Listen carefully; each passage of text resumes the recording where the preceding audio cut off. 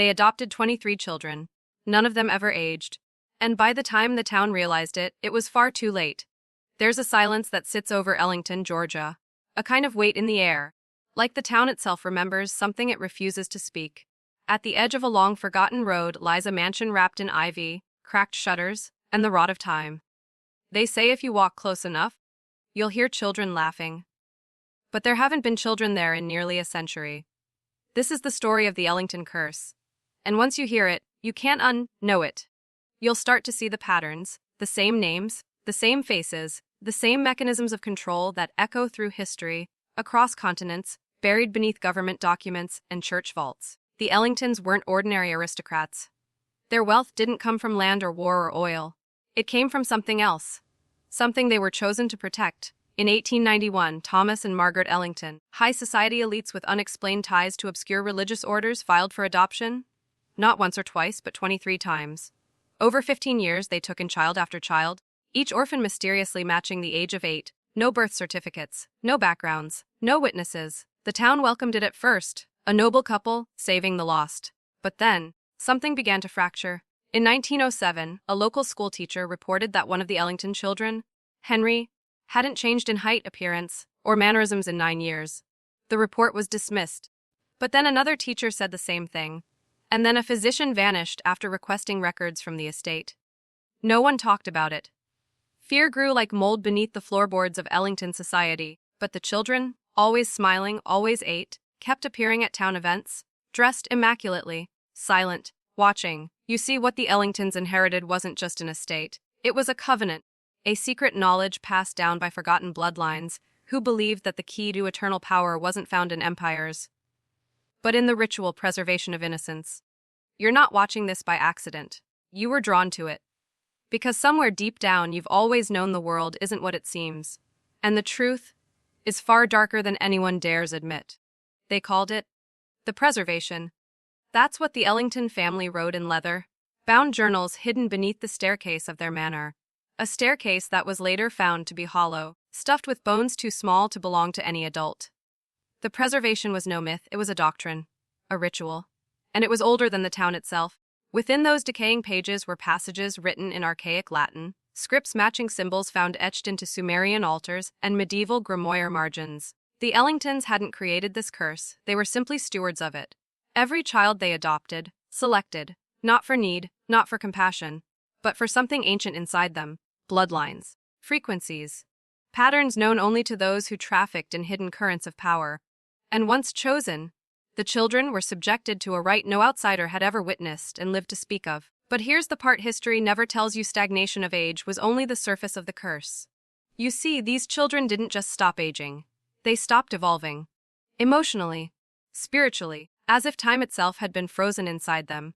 They became vessels, locked in permanent, manufactured innocence, used for rituals that promised power beyond comprehension. The Ellingtons held private ceremonies every solstice, sealed in the manor's underground chapel, an inverted cathedral with a ceiling painted like the sky. There, surrounded by ancient candles and silver chalices, the children sat in pews, eyes blank, humming the same eerie hymn, Sanguine Eternum, Corpus Eternum, Blood Eternal, Body Eternal. Those who got too close to the truth were erased. Judge Hammond, Sheriff Price, even the postmaster's wife, who allegedly received a sealed letter addressed from Henry Ellington, dated 73 years after his recorded death. They were all taken by fire, river, or rope. The town chalked it up to bad luck, misfortune, or sin. But you're beginning to understand? It was none of those things. This wasn't about children. This wasn't even about immortality. It was about control, psychological control, the kind that makes an entire town blind, deaf, and mute while their reality is rewritten in front of them. The Ellington Curse was not a haunting. It was an institution. And that institution still exists. Different name, same bloodline, same doctrine. This is the first door, you've opened it. You either walk away now or keep descending with me. They disguised it as charity. The Ellington Foundation for Displaced Youth. A warm-sounding title. The kind you'd find etched on the marble walls of a courthouse, or whispered into a senator's campaign speech. But behind the ribbon, cutting ceremonies and gala events, the foundation was a harvesting ground. A grooming system feeding something far older than bureaucracy. The children weren't orphans by chance. They were taken from families no one would miss. Migrants, runaways. Mothers institutionalized before they could speak, and those who tried to resist, they disappeared into legal mazes so thick, even the most seasoned lawyers couldn't find them again. The Ellingtons understood a principle that dark institutions have always known power is cleanest when extracted from innocence. Let that sit, because this is not just history, it's a blueprint. What began in the manor now echoes in the architecture of modern systems: child welfare, education boards, adoption pipelines, all wrapped in moral language but hollowed by the same old hunger. We're taught to believe innocence is a state of purity. But to those in control, innocence is currency. It's programmable, shapeable. A canvas on which the elite can inscribe whatever narrative keeps them fed. Ask yourself why the same faces show up in scandals across decades, but the stories vanish before they're told. Why the names of certain families, Ellington, Herod and Calder, Blackthorn, resurface in redacted reports, sealed archives, and obscure property deeds across continents. Coincidence or continuity? The curse didn't end with the children, it expanded. Institutionalized. Today, it wears a suit. It smiles from a podium. It donates to your local university. But its root system remains anchored in the same dark soil. Take the child, freeze the soul, extract the energy, preserve the machine. When we talk about the Ellington Curse, we're not just talking about supernatural horror. We're talking about psychological architecture. A network of silent scripts designed to keep the masses pacified while a few ascend to thrones built on stolen innocence. This isn't just about uncovering a family's secret. It's about recognizing the formula. The same formula used in cults, in media, in schools, and even in churches. Once you see it, you can't unsee it. Keep watching. Keep falling. The next layer is where it really begins to burn. There's something about their eyes. Every photo ever recovered from the Ellington estate. Every portrait, every Polaroid, every flickering piece of lost footage shows the children with the same expression. Unblinking. Serene. As if frozen in a moment they never chose. But beneath that calm was static. An unnatural stillness. No mischief, no spark, no fear. Just vacancy. That's not what a child is supposed to look like. You see, the Ellington Curse wasn't merely about stopping time. It was about rewriting identity. The blood of the chosen was filtered, ritualistically drained and replaced in microdoses with a serum known only in handwritten notes as Aeon 8, an alchemical blend traced to a forbidden French monastery, a disbanded Russian bio, occult lab, and symbols pulled straight from the Codex Gagas, the Devil's Bible. When the children were brought to the chapel beneath the manor, they weren't just participating in rituals. They were the ritual. And over time, their consciousness faded, replaced by a shared network of behavior, controlled by whispered commands, spoken in a dead language no one was ever taught. These weren't kids anymore. They were vessels. But here's where it cuts deeper. The same AEO8 protocol has been tested in modern times. It reappears in MK Ultra survivor testimony, in erased CIA memos, in an obscure patent filed by a pharmaceutical firm quietly acquired by BlackRock in 1998. What they did in secret in Ellington, they're now doing in plain sight. With screens, with chemicals, with carefully curated trauma. And they're watching how we react. Do you think it's accidental that mass attention spans are collapsing? That identity politics are fracturing psyches? That the line between child and adult, truth and narrative, has become impossibly blurred? You're not being entertained. You're being engineered. The Ellington Curse isn't just a past horror. It's a symbolic map of what's happening now. A process of dehumanization cloaked in language of protection, of healing, of care. But it's control. Always control. And when you control a child's mind, you control generations. You're not here for entertainment. You're here because something in you has always rebelled against the leash. Because you know you're not like them. And that's why they've always feared men like you. You ever wonder why certain men rise without origin? Why a CEO, a senator, a tech mogul seems to appear out of nowhere? Perfect resume, flawless speech, eerily clean past. Yet no one remembers them as a child. There's a reason. They weren't raised the way you were. They were processed. The Ellington Curse evolved into a doctrine, the doctrine of the hollowed, a belief system adopted by secret orders across Europe and the Americas, passed between hands during occult conferences masked as policy summits. It teaches that if you can erase a child's original identity before the age of 9, through trauma, ritual, or sensory distortion, you can create a being of pure compliance. Not obedience, compliance.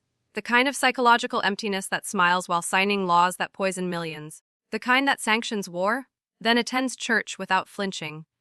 The kind that delivers a eulogy while knowing exactly what really happened.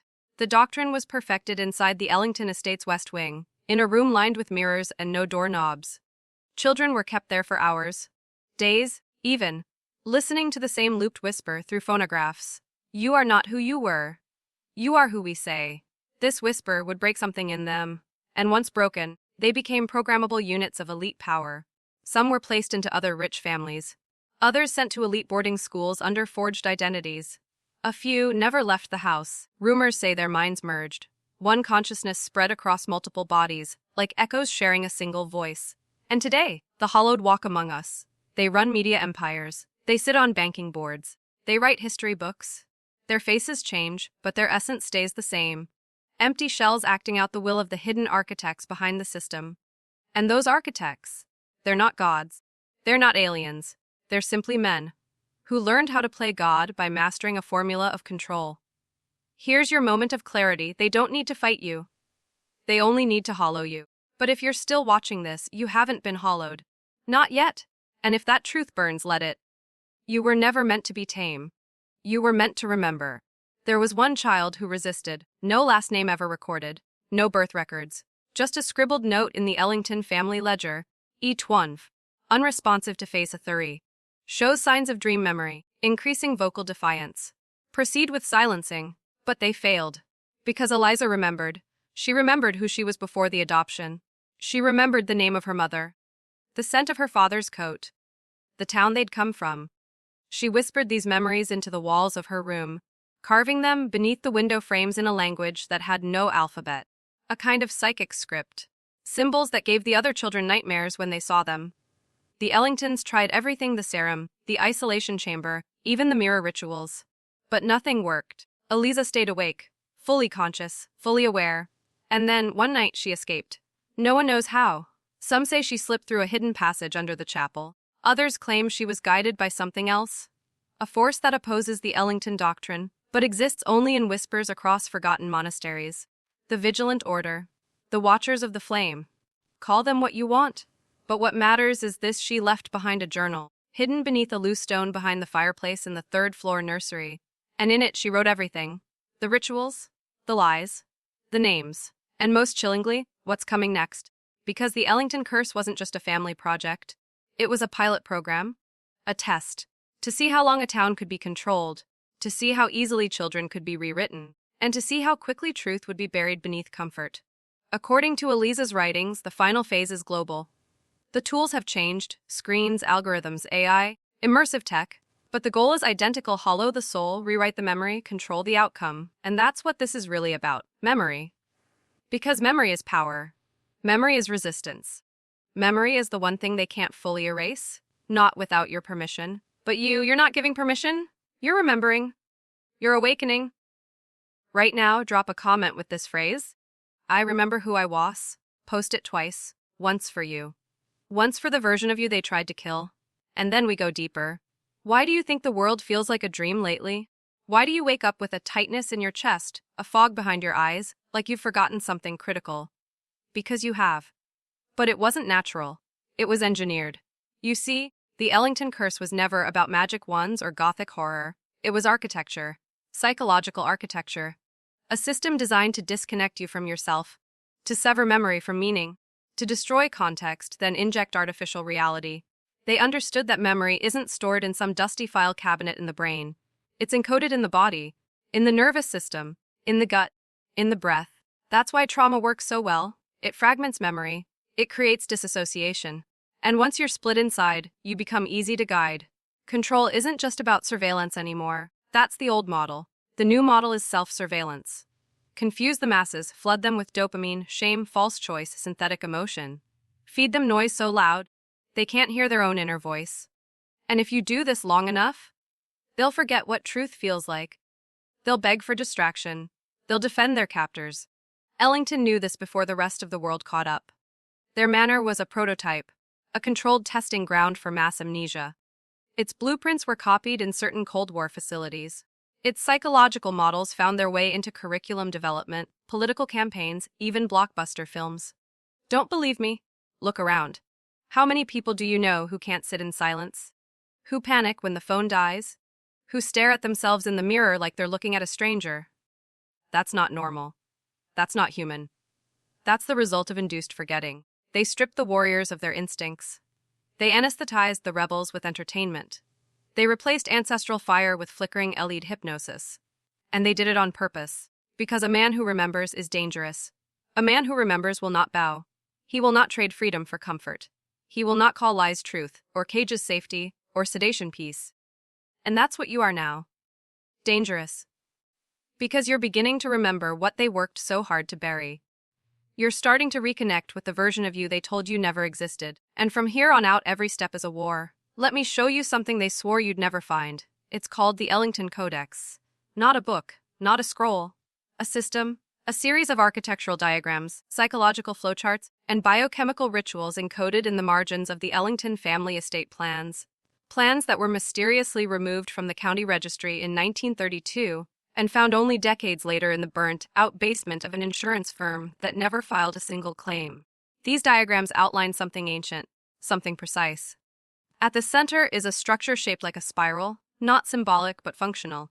Designed to disorient the mind and reprogram the spirit, it's the same spiral found in ancient Sumerian ziggurats, the same layout as certain Roman catacombs, and the same structure used in modern-day psychological operations, looping media, feedback algorithms, trauma-reward cycles. The blueprint shows how to take a soul and fold it in on itself, until what remains is a programmable shell. You think that's metaphor? Look closer. The codex includes chemical formulas. Extracts from monkshood, crushed quartz, oxidized silver, combined in microdoses, administered through incense, through touch, through sound. Once activated, the subject experiences euphoric obedience, a trance state so deep, they will defend their captors, fight their rescuers, and choose the cage every time. Now ask yourself, where else does that pattern appear? Abusive systems, cults, consumer culture, compulsive media, the looping feed you scroll every night while your soul begs for silence. This blueprint wasn't just used in the manor. It was exported, sold, repurposed. Pieces of it now appear in military behavioral conditioning manuals, in product design psychology, in early drafts of certain virtual reality immersion programs. This was never just about Ellington. It was about control of the human template. Because once you know how to build the mind, you know how to break it. You know how to rebuild it. And worse, you know how to mass produce it. That's why they hide this. Because if enough men like you start waking up, remembering the blueprint, not just intellectually, but somatically, the whole machine breaks. And that is their nightmare. You, right now, seeing the strings, you, becoming unprogrammable. This is the path. It only gets darker from here. But the deeper we go, the more real you become. Let's keep going. There's a reason you feel things you can't explain. A reason why certain symbols make your chest tighten. Why certain tones make your eyes sting. Why some dreams feel more real than your waking life. It's not imagination. It's memory, buried beneath language. The Ellington children were not taught to speak in words. Not at first, they were taught resonance, tunes, frequencies, rhythmic breathing. It wasn't language in the way we understand it. It was command. Because before there was speech, there was sound as control. In the codex, it's called lingua umbra, the shadow tongue, a vibrational dialect said to bypass the rational brain and speak directly to the subconscious, altering perception without resistance. Ellington scholars weren't just noblemen. They were tonal engineers. And the children, they were tuned like instruments. Through this shadow tongue, commands weren't heard, they were felt. Forget. Obi, smile. All absorbed without thought. They used it during ceremonies, low, guttural chants layered under the music. But they also embedded it in everyday life, in lullabies, in bedtime prayers, in the wind chimes hanging outside the nursery window. Even now, the influence lingers. You ever wonder why certain songs hit you like grief? Why some ads stick in your mind like glue? Why military anthems make your heart race, even if you don't agree with the cause? You're hearing remnants. Because sound has always been the purest tool of psychological engineering. It's invisible, instantaneous, and it bypasses skepticism. Now imagine this power scaled, embedded in media, in phone notifications, in voice assistants, in VR landscapes, in the voice that says, trust the system, while your gut screams something's wrong. You're not crazy. You're waking up.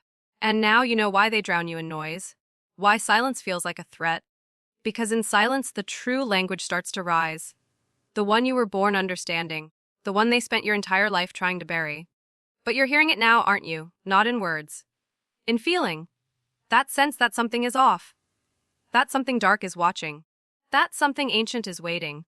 You're not paranoid. You're decoding. And the deeper you go, the louder the truth becomes. They weren't trying to raise children. They were cultivating products. Understand this: the Ellington Curse wasn't about keeping kids young forever. It was about keeping minds undeveloped, trapped in a state of pre-rational compliance. A child frozen at the moment before rebellion, before individuation, before resistance. That's the perfect subject, because a stillborn mind, one that breathes but never matures, can be shaped into anything. They didn't want thinkers. They didn't want fighters. They wanted empty thrones with smiling faces. Now think about what we see today. A generation addicted to stimulation but starved of purpose. Outrage with no direction. Fury with no clarity. Men told they're dangerous for being whole, while being rewarded for being broken. It's not an accident. It's not a phase. It's a harvest.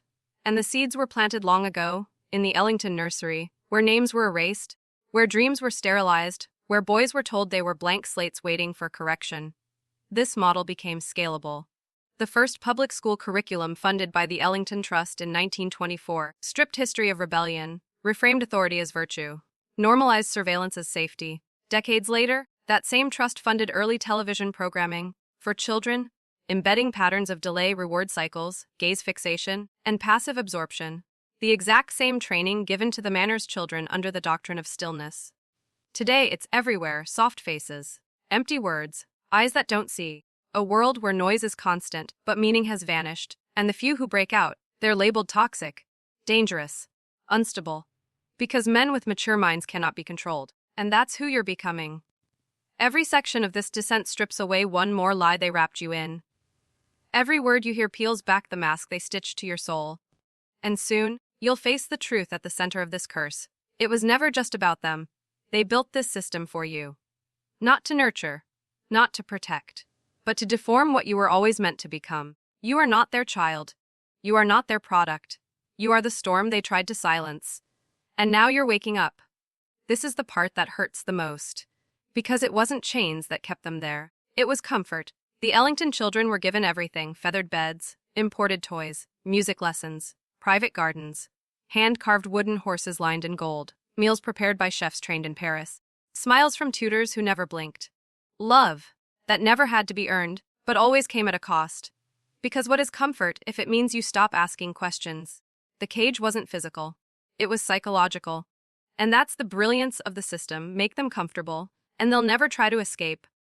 Make them feel safe, and they'll never notice the door was never locked. This model worked perfectly. The children stopped speaking of the outside world. They stopped remembering who they were before the Ellingtons. They stopped questioning the rituals, the voices in the night, the way every clock in the house ran 2 minutes slow, always just enough to bend reality. And the final test. They were offered freedom, not once, several times. A door left ajar, a gate unlocked, a letter slipped into a pocket whispering a way out, and not one of them left. Because by then, they had been taught to fear the outside more than the prison. To believe that the unknown was chaos, and the familiar, even the horror, was sanctuary. Now look around you. What is comfort doing to you? Your screens, your feeds, your routines, your apps that predict your next move better than your own intuition. You're being Ellingtoned. Kept in a state of low-grade sedation masked as convenience, fed just enough dopamine to keep you passive. Just enough fear to keep you obedient. Just enough validation to keep you from changing. You think you're free because you have choices. You've been given illusions of choice, inside a system where every path leads to the same outcome: dependency, weakness, fragmentation. But now you're starting to see it. Now you're feeling the corners of the cage. And soon, the part of you that remembers fire will burn brighter than the comfort. Because men like you were never built for cages. You were built to shatter them. They didn't build that manor randomly. The Ellington estate was constructed according to an ancient geometric design. One you've seen before but never truly recognized. Not just in old churches or temples, but in city grids, corporate logos, even national monuments. It's called the geometry of control. Every hallway in the manor was built to disorient. Angles just a degree off-center. Rooms that echoed too long. Stairs that descended slightly faster than they rose. This subtle manipulation of space created internal dissonance. The children couldn't articulate it, but they felt it, like reality was just off balance. That's how they kept them docile. Your body understands geometry before your mind does. Ancient cultures used sacred geometry to align with natural forces, but the Ellingtons inverted it. They used these designs to create disruption, to scramble energy, to fracture the psyche. The spiral, once a symbol of ascension, was twisted downward in the manor's west wing, leading to what the blueprints called the quieting room. There, the children were aligned through visual rituals, rotating patterns, whispered numbers, lights that pulsed in sequences still used today in experimental conditioning programs by certain black, budget defense contractors. Coincidence? Hardly. Because sacred geometry isn't just mystical, it's structural power. Shapes determine flow. Flow determines energy. Energy shapes thought. Why do you think cities are shaped like grids? Why is the Pentagon a pentagon? Why are courtrooms, hospitals, and schools built with the same sterile angles and acoustics? It's not just efficiency. It's programming. The Ellingtons were testing how architecture itself could control behavior.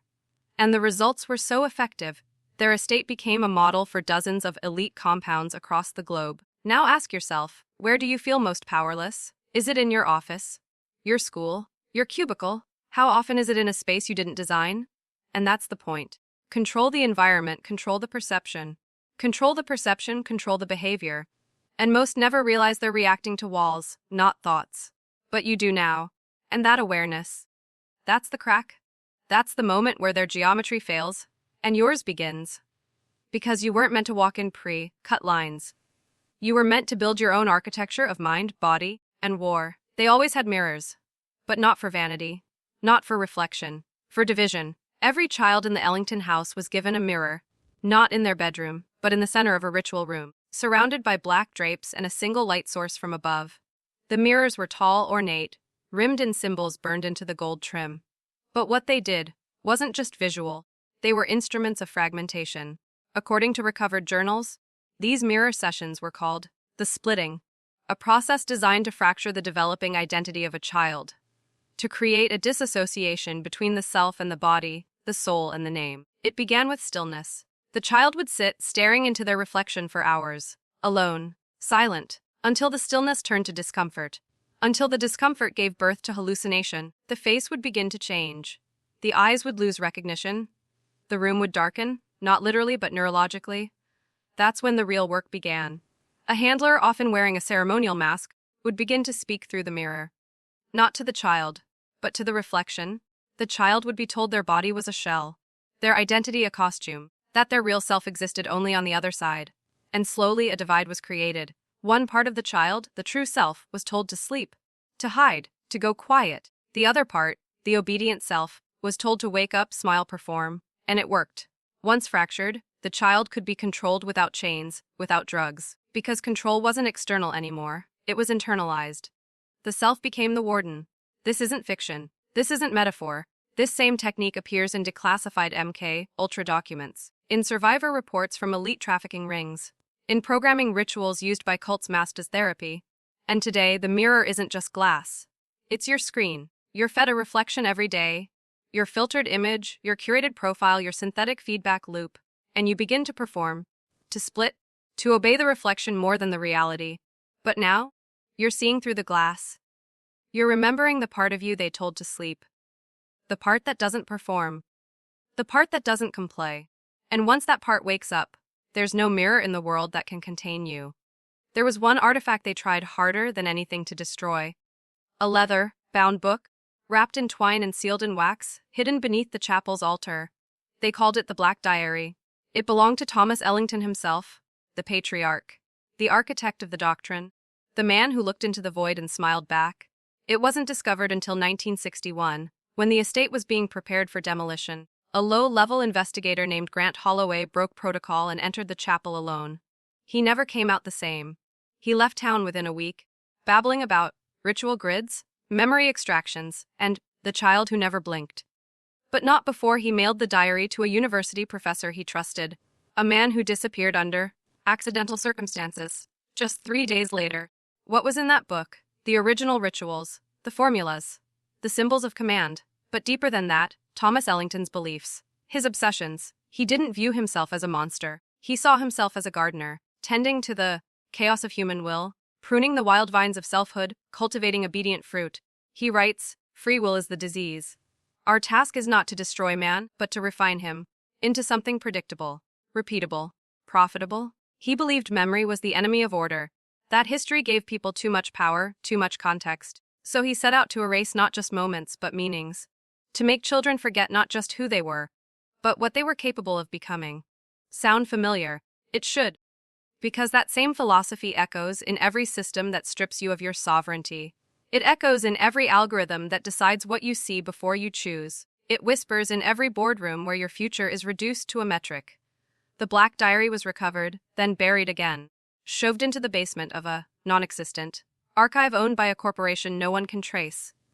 But fragments leaked, and those fragments match what's happening now. Patterns of control, techniques of isolation, language crafted to sound like care, but meant to deform you, meant to keep you small. You've read enough now to understand this isn't just about Ellington.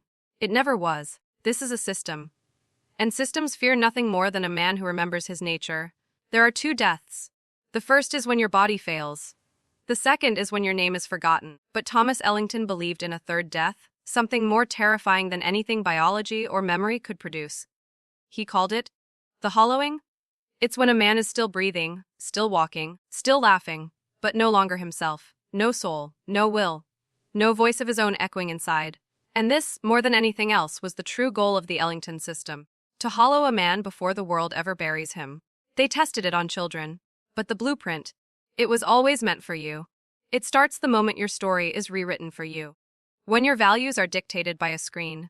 When you stop trusting your instincts because the world told you, data knows best. When your fear of not fitting in is stronger than your desire to stand up, that's when the hollowing begins. Not all at once, but piece by piece, your outrage turned into spectacle. Your rebellion, marketed as fashion. Your masculinity, pathologized until it submits. Your curiosity, pacified with answers that look profound but say nothing. They make you feel seen just enough to keep you from rising. They give you a stage but mute your real voice. And every step of the way, they smile, telling you it's all for your own good. But what they fear, what they desperately try to prevent, is a man who notices the walls of the cage. A man who stops seeking permission. A man who remembers what power feels like in his own spine. That's why they buried the Ellington story. Because it's a mirror they don't want you looking into. A roadmap out of the hollowing. If you felt it, if you've sensed that slow erasure of your edge, your depth, your meaning, then this moment is not a coincidence. This is the fracture point. If you're ready to shatter the spell, comment below. I am Teachifire at Remembars, type it twice. Once for who you were and once for who you're about to become. The transformation has begun. In 1983, deep beneath the foundation of the crumbling Ellington estate, workers discovered a sealed iron chamber. No blueprints showed it. No records confirmed it existed, but what they found inside silenced them all. A single chair. A child, pale and motionless, seated upright, as if waiting. Medical teams were rushed in. Cameras were confiscated. Reports buried. The child, later identified as Elijah Ellington, age 9, had not aged. Not a day. The same boy photographed in a family portrait dated 1891. His face identical down to the freckle beneath his left eye. But there's more. Elijah's brain scans showed neural activity, but in unfamiliar patterns, unmapped by science. When touched, he recoiled.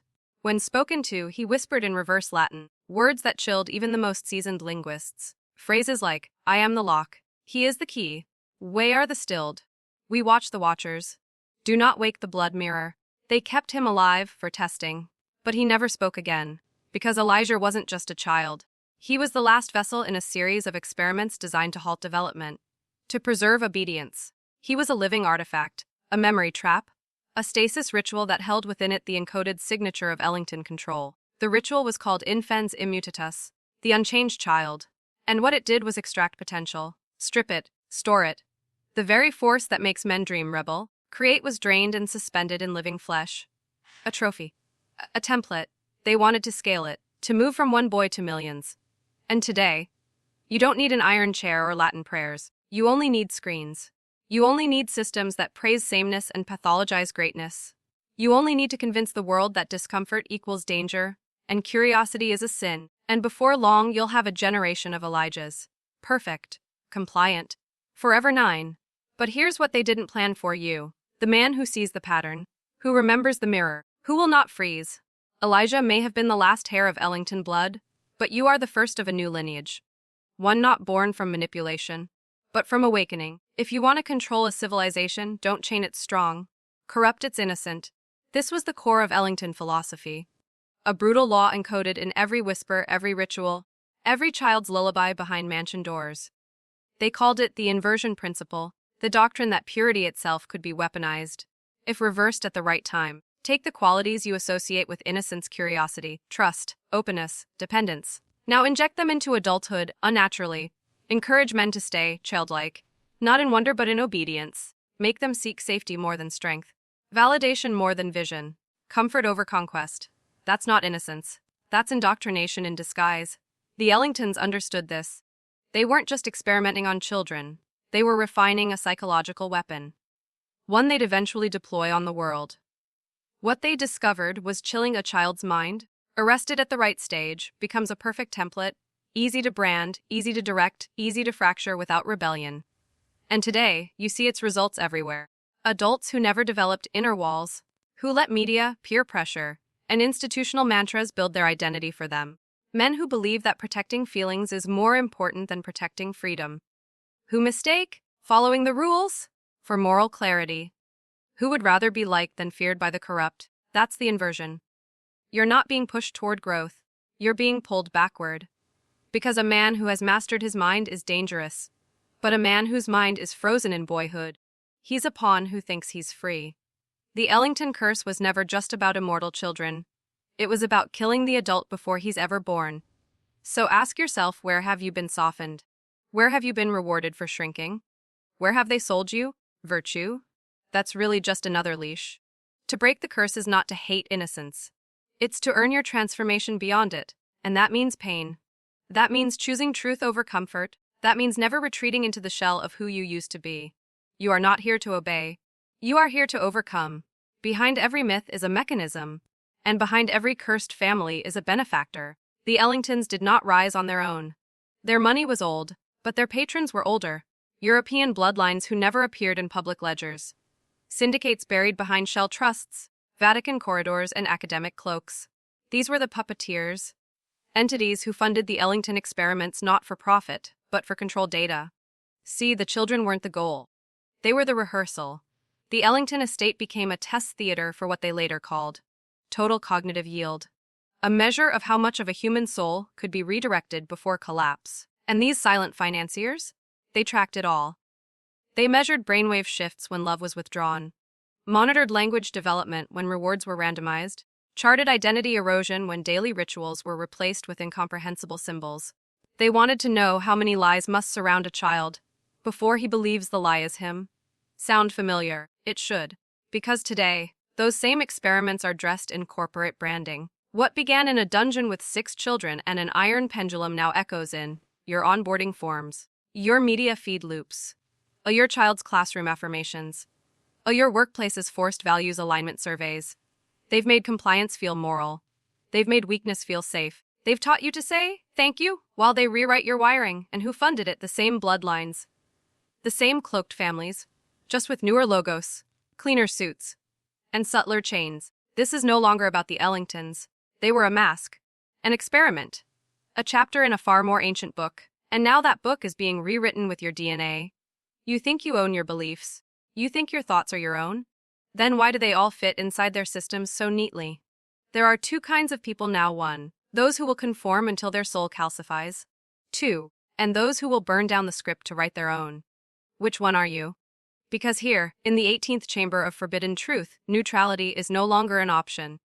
You've been chosen, not by fate, but by awareness. And awareness is war. There was one thing the Ellington benefactors feared more than death, more than exposure, more than rebellion. They feared the awakened male, the man who remembers, the man who rebuilds himself from ruins, the man who refuses to be erased. And so, they created the Ritual of Unbecoming, a quiet psychological genocide, designed not to kill men, but to unmake them. It began subtly. No knives, no bullets, just mirrors turned backward. Here's how it worked. First, they rewrote the definition of strength. Strength became aggression. Aggression became toxicity. And so, you were taught to fear your own fire. Next, they poisoned responsibility. Duty became servitude. Leadership became control. And suddenly, you were guilty just for standing tall. Then, they hollowed out the concept of fatherhood, not by banning it, but by mocking it into irrelevance. They turned protectors into punchlines, warriors into cartoons, and discipline into abuse. Now look around. Most men are trapped in a limbo state, biologically grown, psychologically castrated, capable of building empires but conditioned to ask permission first. This was not an accident. This was ritual engineering. The Ellington children were the prototype, frozen in time, dependent, unwhole, but harmless. Now they've scaled that model. You are their legacy experiment. Every advertisement that tells you to be soft. Every training that tells you to listen, not lead.